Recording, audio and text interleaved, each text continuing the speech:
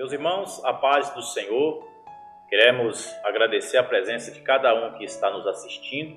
Estamos iniciando mais uma aula do Discipulado Cristão. Estamos no 4º ciclo.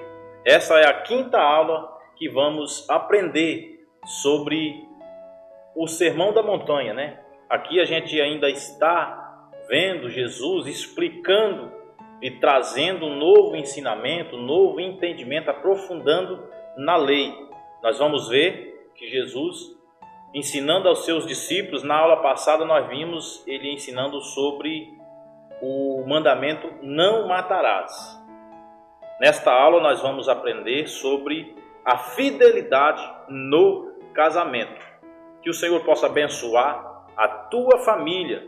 Dia 15 agora, passado agora, tivemos o dia da família, dia internacional da família. Que o Senhor possa abençoar, continuar com as mãos estendidas sobre o teu lar. A lição de hoje, fidelidade no casamento. Texto bíblico base para esta lição está no Evangelho, segundo escreveu o evangelista Mateus, capítulo 5, versículo 27 ao 32. Diz assim a palavra do Senhor: Ouvistes que foi dito aos antigos, não cometerás adultério. Eu, porém, vos digo que qualquer que atentar numa mulher para cobiçar, já em seu coração cometeu adultério com ela.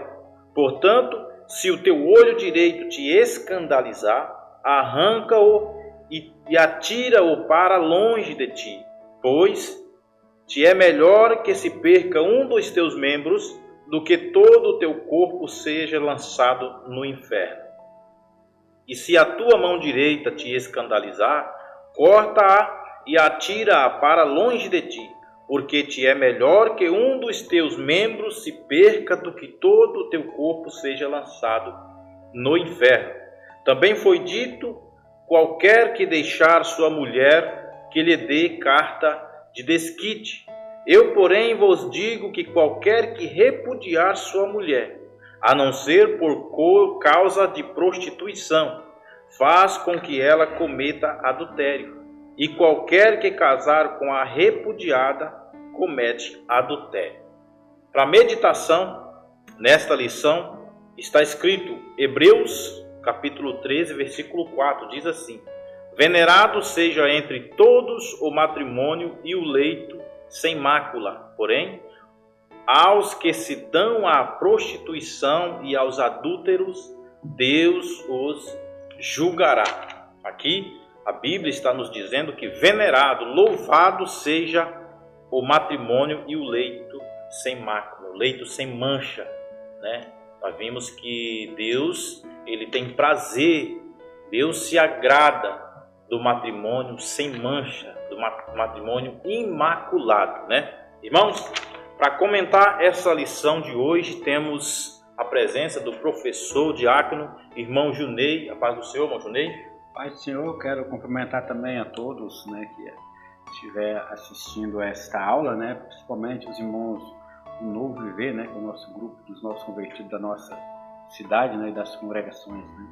Amém. Ainda estamos, irmãos, gravando essas aulas, haja vista que ainda estamos, né, nessa epidemia, nesse tempo de pandemia, onde não é permitido aglomerações. Então, nós, Igreja do Senhor, temos que respeitar, né, a lei dos homens e o que é estabelecido. Brevemente, Deus querendo, estaremos todos nos templos congregando, louvando a Deus. Mas por hora, estamos gravando essa aula. Que o Senhor possa abençoar a tua vida mais e mais. Irmãos, nesta aula, temos a oportunidade de aprender, de esclarecer na nossa mente a respeito das diferenças entre os valores do reino de Deus em relação ao casamento, de um lado, e o modismo relativista do mundo do outro lado. Nós vimos que Jesus, ele vem mostrando os valores do reino na contramão do que o mundo prega. Hoje é pregado um modismo. Hoje é pregado que casou, se não der certo, separa. A pessoa já vai para o matrimônio com essa ideia de que se não der certo, Se de repente alguma ideia ali não bater uma com o outro, o melhor é se separar. Isso é o que o mundo prega. Nós vamos ver nesta lição que a visão e a mensagem do Evangelho é completamente diferente. Primeiro tópico, irmãos, Jesus condena a luxúria. Luxúria é algo sério. Na sociedade de hoje, luxúria, infelizmente, já é vista como algo normal, quando, na verdade, ela trata-se de algo pernicioso para a vida das pessoas, como o próprio Jesus asseverou em seu sermão da montanha. Irmão Junei, luxúria aqui, a gente podemos entender que luxúria é cobiçar algo ilícito, é o prazer momentâneo, é uma concupiscência da carne mesmo. É isso mesmo, né? Jesus ele condena a luxúria. Nós vemos Êxodo 20, 14, Deuteronômio 5 e 18, né? É o sétimo mandamento do decálogo, né? É não adulterarás. Aí Jesus faz agora uma nova interpretação dessa lei, trazendo para nós, e ele coloca agora a luxúria é um dos casos que desmancha os casamentos, enfraquece o casamento e é a causa maior do divórcio, do desquite, né? A Igreja Católica ela tem uma doutrina, né, que é chamada dos 7 pecados capitais. A luxúria também ela é uma dessas e é coisa normal da carne. Todo homem ele tem esse sentimento, né? Esse pecado nele. Não é posto pelo diabo, é algo da carne, né? O apóstolo João, primeira epístola 2:16, ele fala: tudo que há no mundo é concupiscência dos olhos, né? Desejo desenfreado para pecar, concupiscência da carne, dos olhos e soberba da vida. Mas no próximo versículo, né? Aí ele abre um leque e fala: mas aqueles que permanecem em Cristo, né? E esses permanecerá para sempre, aqueles que permanecerem em Cristo. Então aí nós temos aí uma salvação. E Deus vem ao longo da história, ele já vem chamando a atenção do seu povo, né, quanto à luxúria. Jeremias capítulo 13, versículo 27. Né, vou ler aqui para nós rapidamente.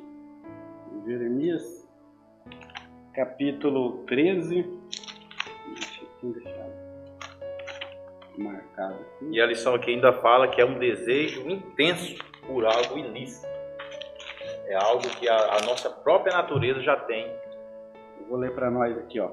Vi a tua abominação e os teus adultérios, os teus rinchos e as enormidade de tua prostituição sobre os outeiros nos campos. Ai de ti, Jerusalém, não te purificarás até quando ainda?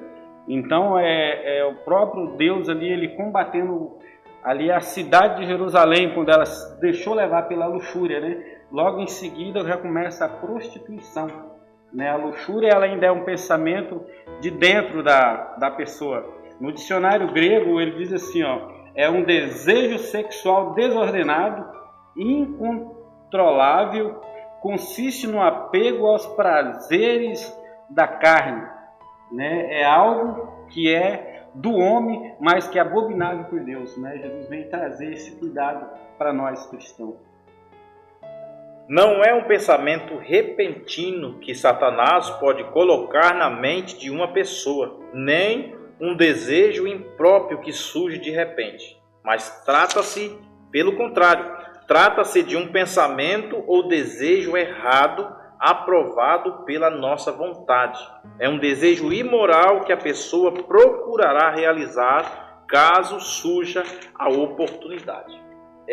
Quando a Bíblia fala da concupiscência, é algo que já está dentro de nós. Cada um de nós sabemos onde é a nossa fraqueza.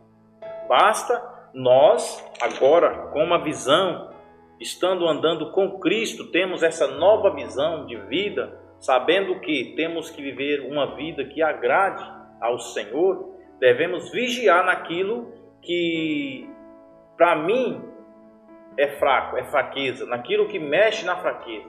Porque a fraqueza minha não é a tua, né? Muitas das vezes nós vemos isso num aspecto geral e não é. Eu sei aonde a minha carne é propensa a pecar. Eu devo vigiar naquilo. É o que a Bíblia está dizendo. É a concupiscência da carne. Não é algo que Satanás coloca na nossa vida, mas sim que já está dentro de nós. Ele só faz o quê? Ele traz as bandejas, já sabendo onde é que está a nossa fraqueza, né, irmão? Partindo para o segundo subtópico, irmãos, aqui fala sobre arranca-o e atira para longe de ti. Está dizendo esse segundo subtópico sobre o que nós lemos no texto base para essa lição, quando fala a respeito do nosso membro, se o olho direito nosso, ou se a mão direita nos fazer pecar ou nos escandalizar, corta-a e atira para longe de ti, porque te é melhor que um dos teus membros se perca do que todo o seu corpo seja lançado no inferno. Então, esse segundo subtópico, arranca-o e atira para longe de ti. Vamos aprender um pouco mais sobre esse ensinamento que Jesus nos traz.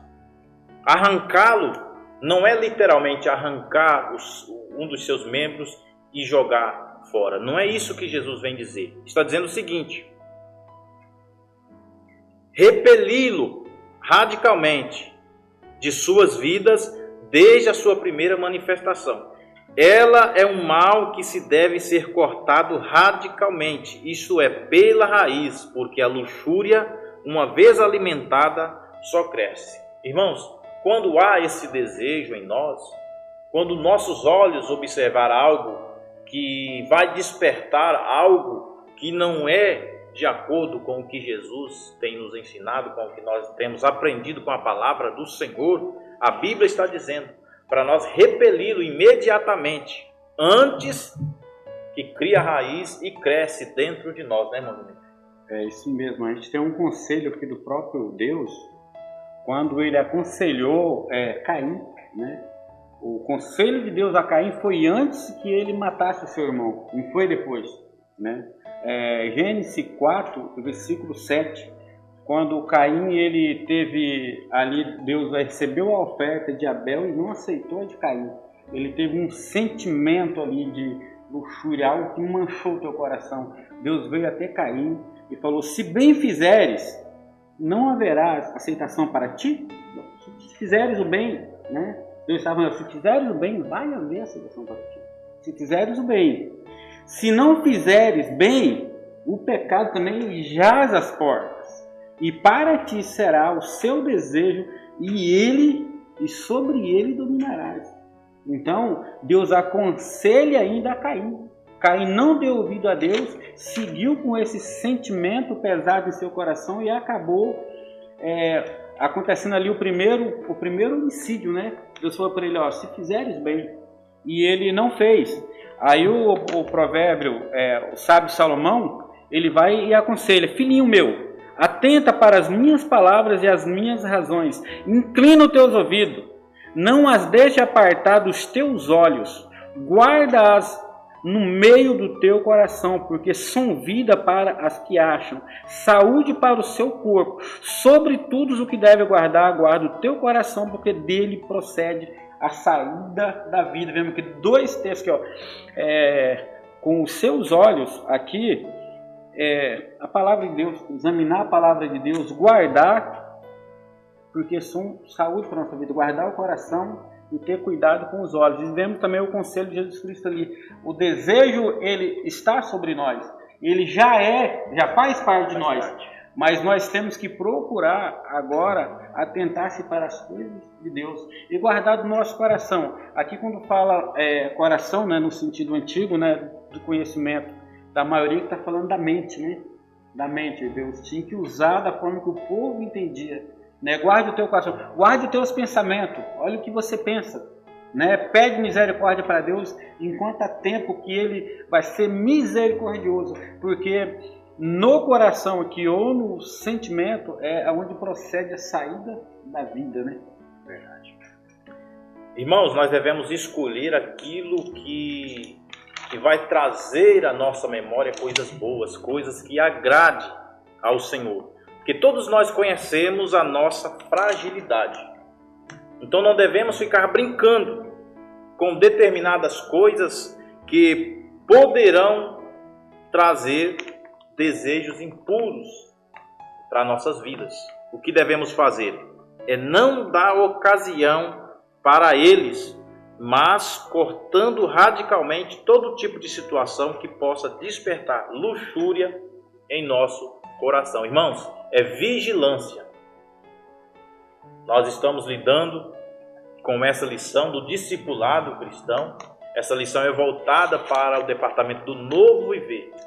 Irmãos, agora vivendo em uma nova vida com Cristo, temos que vigiar, porque aquilo que nós cometia no passado, aquilo que nos afligia, aquilo que fazia com que nós ficássemos escravizados de Satanás, agora já não faz parte da nossa vida. Então não tem porquê eu ficar dando lugar ou eu ficar dando vazão a um sentimento que vai me fazer voltar àquelas práticas antigas. Quando a Bíblia relata que Deus tirou o povo do Egito, mas a dificuldade talvez não foi essa de tirar o povo do Egito. A dificuldade foi tirar o Egito do coração do povo, porque lá eles estavam praticando as mais horrendas coisas, e aquilo ficou no coração e foi difícil catequizar a mente do povo agora numa visão de Deus. Então, irmãos, as coisas do mundo insistem em estar em nossa vida. Cabe nós vigiarmos para que não caiamos nesse pecado novamente, porque agora nós temos uma visão de Cristo, do reino de Deus. Caminhando para o segundo tópico, irmãos, a intenção do coração transparecerá nos membros do corpo. O pecado nasce no coração. Durante o seu ministério, e não apenas no Sermão da Montanha, Jesus enfatizou que o pecado nasce no coração do homem, porque do interior do coração dos homens saem os maus pensamentos, os adultérios, as prostituições, os homicídios, os furtos, a avareza, as maldades, o engano, a dissolução, a inveja, a blasfêmia, a soberba, a loucura. Todos esses males procedem de dentro e contamina o homem. Sobretudo o que se deve guardar, guarda o teu coração, porque dele procede as saídas da vida. Irmãos, nós temos essa natureza pecaminosa. A nossa carne é propensa a pecar, irmão Juninho. Então nós temos que vigiar, porque é do coração, aqui em Provérbios 4, 23. Do coração é que procede as saídas da vida. Então, se uma coisa que nós devemos guardar o nosso coração, né, irmão Juninho? Porque o pensamento em si, enquanto ele estiver em você, é fácil de você pedir a Deus para ter uma libertação, uma transformação na mente. Mas ele não sendo retirado, ele vai transparecer aqui, né? Ele vai transparecer, ele vai aparecer nos membros, você vai acabar levando à prática. Você vai praticar o mal por algo que já foi pensado, calculado, maquinado, né? Tudo certo acaba acontecendo. Então tudo começa aí num rancor ao invés do coração, né? Pessoas que antes ela não tinha o desejo de fazer o mal pelaquela outra pessoa, mas porque não pediu perdão, porque não reconciliou, porque não consertou, acaba transparecendo aquilo. Tiago, vou ler um texto aqui, Tiago 1,13. Em 13 diz: ninguém sendo tentado diga, de Deus sou tentado, porque Deus não pode ser tentado pelo mal, e ninguém atenda, mas cada um é tentado quando é atraído e engodado pela sua própria concupiscência, né? Depois, havendo a concupiscência concebido, dá a luz ao pecado, e o pecado sendo consumado gera morte.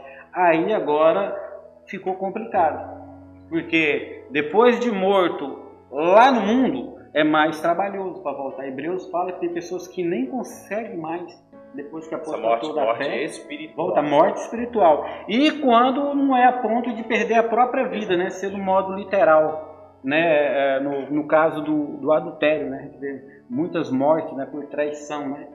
O outro perde a cabeça. Então tem que ser tratado antes, né? Esse é o nosso assunto para os novos irmãos que estão chegando na casa de Deus. É um cuidado, e é de Deus isso, né? Para que nós cuidemos do nosso coração, da nossa mente, para que isso não venha virar realidade, né? E servir de prejuízo para nós. Isso não desagrada a Deus e é pecado. É a lei de Deus agora, na nova, agora dizer assim, versão de Jesus, né? A explicação de Jesus das leis antigas. Quando o irmão Junei leu aqui que nós somos engodados pela nossa própria concupiscência, pela nossa própria fragilidade, que é o que a gente comentou no tópico passado. Nós aprendemos com Jesus que a tentação tem a sua origem, na verdade, no próprio ser humano e em sua natureza pecaminosa. Está em Tiago 1, 14 e 15. Ou seja, o mundo e o diabo são apenas agentes indutores externos da tentação. O diabo e o mundo, irmãos, ele apenas induz, ele apenas mostra, porque ele é astuto e sabe onde está a nossa fraqueza. Então, em cima daquilo que nós somos fracos, em cima da nossa concupiscência, em cima do que os nossos olhos olham e desejam, ele vai agir. Então, ele vai agir em cima, a tentação dele vai ser em cima daquilo que nós somos fracos. Ele vai mostrar fácil aos nossos olhos. E naquilo, se a gente não vigiar, vamos ser engodados pela nossa própria concupiscência. Amém? Seguindo, irmãos, para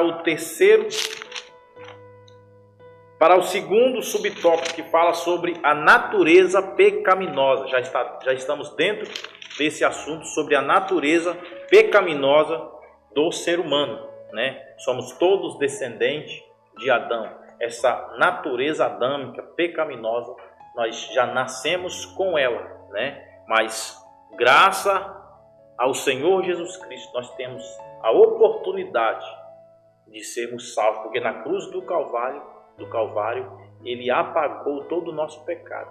Agora basta eu e você aceitar sermos conduzidos por Cristo. A natureza pecaminosa do homem. O problema do pecado está no fato de que os homens são pecadores por natureza. É verdade que a tentação envolve induções externas, que é o que nós lemos agora há pouco. Porém, o pecado sempre é uma escolha da pessoa que comete. Nós escolhemos pecar ou não, uma vez conhecedores da palavra do Senhor. Além da gente acabar tendo essa escolha, a gente às vezes cai no erro ou no pecado de achar que a gente peca, às vezes, entre alimentar, né, carne de porco, por exemplo. Alguém acha que é pecado. Acha que pecado é o que entra, mas não é o que entra, é o que sai. Né? Marcos capítulo 7, versículo 15, Jesus fez questão de deixar claro, e chamando outra vez a multidão, disse-lhe: ouve-me vós todos e vós todos e compreendeis, nada há fora do homem que entrando nele o possa contaminar, mas o que sai dele é o que contamina o homem. Se alguém tem ouvido para ouvir, que ouça. Eu queria que o pessoal ouvisse e entendesse o que ele estava dizendo. Não se preocupe com o que entra. Eles estão preocupados, às vezes, com o alimento. Mas é o que sai, é o que contamina. É o que você vai soltar aí. Então, cuidado aí no teu pensamento, no teu coração aí, antes do que vai falar. Que é o que vai sair, é que vai ser consequências de guerras, de adultério, de prostituição. É o que vai sair do homem, é o que vai sair pela boca. Isso contamina o homem, não o que entra. Então, nessa natureza pecaminosa aí, é um versículo bom para a gente meditar. É importante frisar que ainda que ser tentado não é pecado. Pecado é ceder à tentação. Há um hino na harpa cristã que diz o quê? Que tentado não ceda. Ceder é pecado. Maior e mais nobre será ou triunfar. Então, o nosso triunfo, a nossa nobreza está em não ceder à tentação. Porque tentado todos nós somos e seremos até a vinda do Senhor. Porém, nós triunfantemente caminhamos fiéis a esse Deus que nos aguarda, né?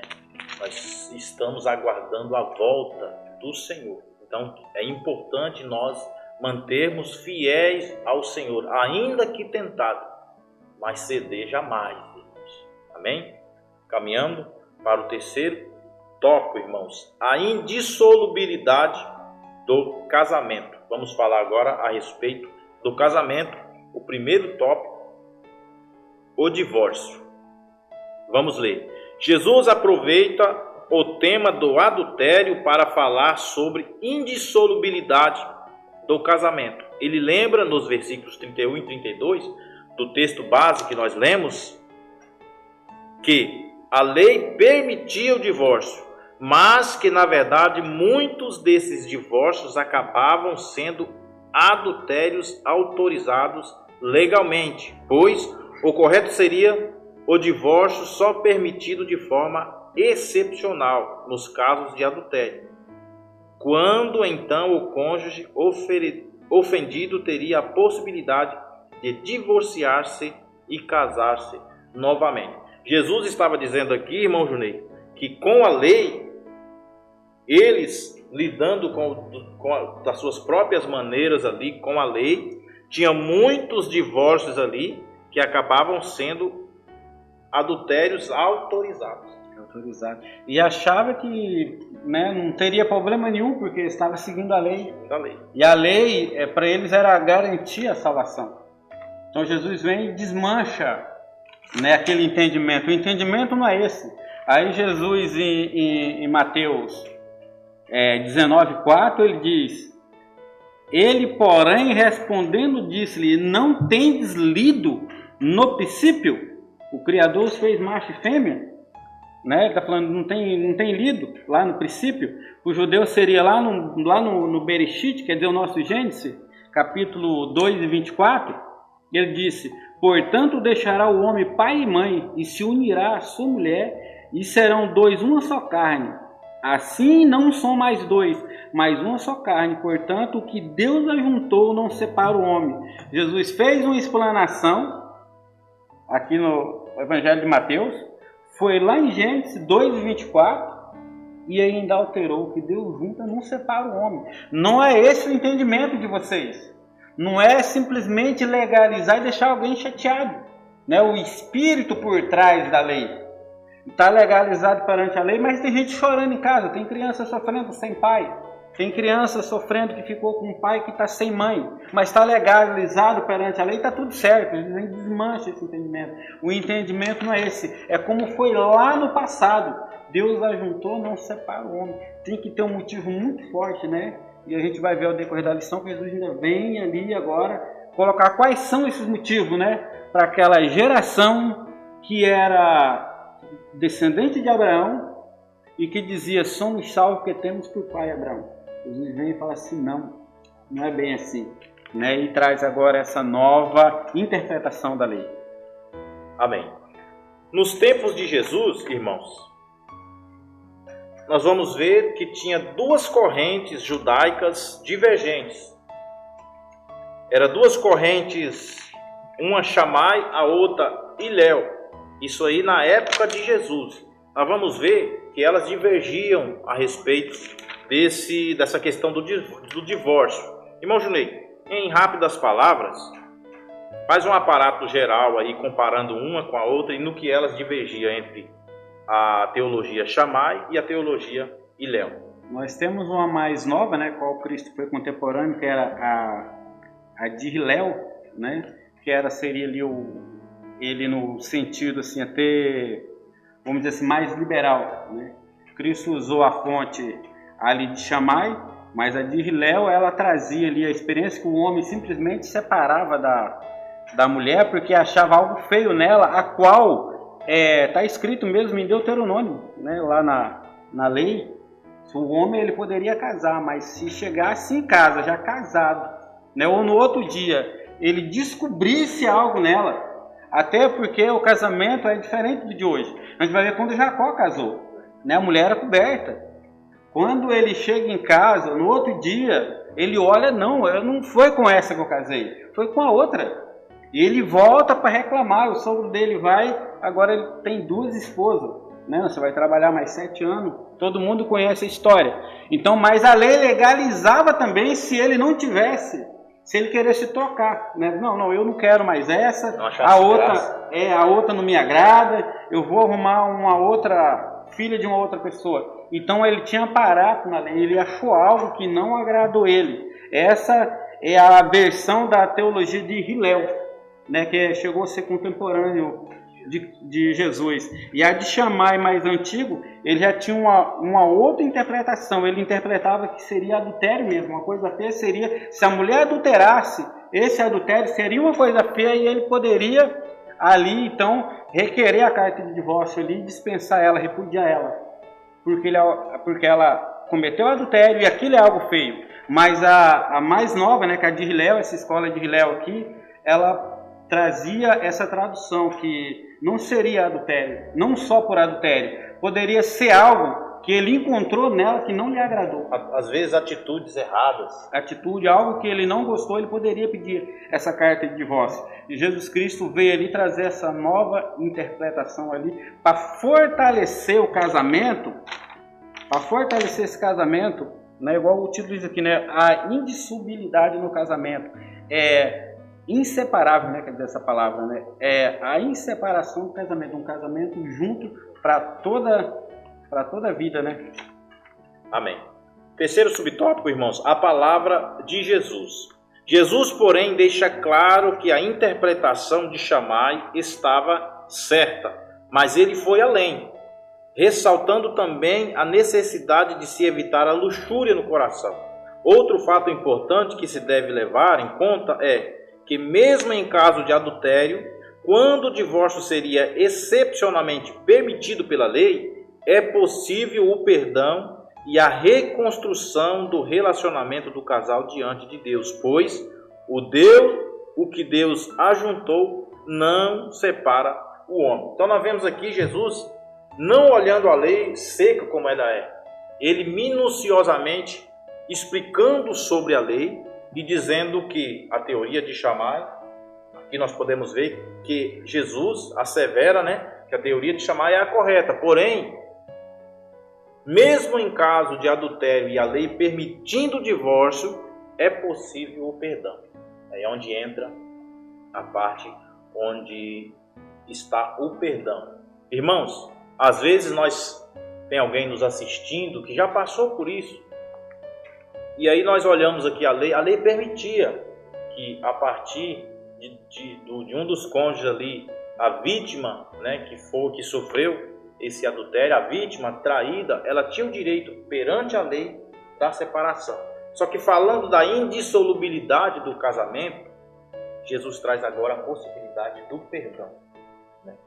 E mesmo tendo legalmente o direito de separar, o cônjuge ofendido, ele tinha a chance de perdoar, por amor, por querer manter ali aquela família, ele poderia perdoar, né, irmão? Quando Jesus ele termina esse sermão, ele deixa todo o povo espantado, né? Esse sermão ele começa em Mateus capítulo 5 e termina no capítulo 7. Né? O mais importante de tudo é o perdão e a reconciliação. E hoje ficou quase igual antigamente.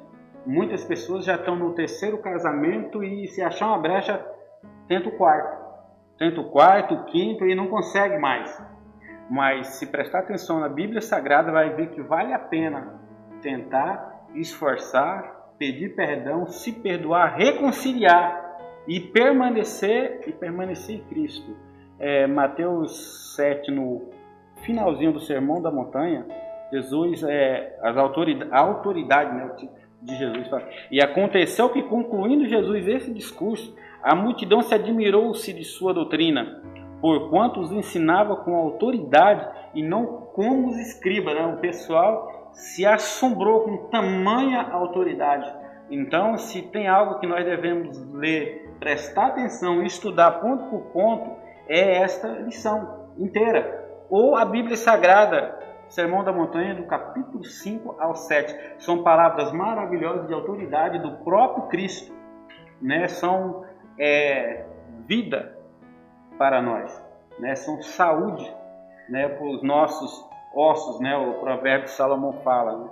Então, é muita autoridade, né? É muita autoridade a qual eles não tinham visto ainda antes, né? Amém. Irmãos, vale a pena nós lutarmos pelos nossos casamentos, pelo nosso lar, sabendo que o perdão, como o Junei disse, o perdão é esquecer, não é jogar na cara toda vez que tem a oportunidade. O perdão, você perdoa para continuar uma vida de amor, de união. Então, uma vez que você perdoou seu cônjuge, esquece, irmão. Se você deu uma nova chance, confie que essa pessoa vai pegar com todas as forças essa chance para manter esse casamento com amor, com a união, porque o que Deus ajuntou não separa o homem. Deus está no controle de tudo. Irmão Junei, alguma consideração? Amém. Irmãos, a gente está caminhando para finalizar esta lição. Queremos agradecer a tua presença. Assista esse vídeo até o final, assista essa aula, vai ser uma bênção para a tua família. Já mencionamos, essa semana tivemos o Dia Internacional da Família. Essa lição veio numa data muito oportuna. Deus sabe de todas as coisas. Assista com a tua família essa aula. Compartilhe com os teus amigos. Quem sabe tem algum amigo teu que está passando por exatamente o que nós estudamos nesta manhã, e você pode levar essa palavra de conforto, essa palavra de perdão e ser restabelecido ali o casamento. Amém? Deus abençoe. Vamos orar. Aí onde você está, curva a tua cabeça. Vamos orar, agradecer ao Senhor por mais essa palavra que Ele nos deu esta manhã. Senhor nosso Deus e querido Pai, louvamos, ó Pai querido, a Ti, Senhor, por mais essa oportunidade, ó Deus querido. Neste momento, ó Pai querido, queremos pedir, Senhor, entra, Deus querido, com providência, meu Pai, em cada casamento, Senhor. Porventura, ó Pai querido, tem casal, tem famílias, ó Deus, que está passando por esse processo, ó Pai, do divórcio, ó Senhor Deus. Dê a chance, ó Pai querido, do perdão, toque no coração, ó Pai, dessa esposa, desse esposo, Senhor, para que eles possam, Deus querido, olhar para Ti, Deus, que o Senhor nos deu essa oportunidade de vivermos juntos e formar famílias, ó Pai querido. Abençoa, meu Pai, cada lar, Deus querido. Abençoa, Deus querido, famílias, ó Pai, que por nesse momento de pandemia, ó Deus querido, está passando, ó Pai, necessidade. Senhor, supre cada necessidade, ó Pai. Só o Senhor sabe, ó Deus, que cada família está passando, ó Pai. Nós oramos, ó Deus, e pedimos, ó Pai, em o nome de Jesus. Amém? Deus abençoe. Até a próxima aula, querendo Deus.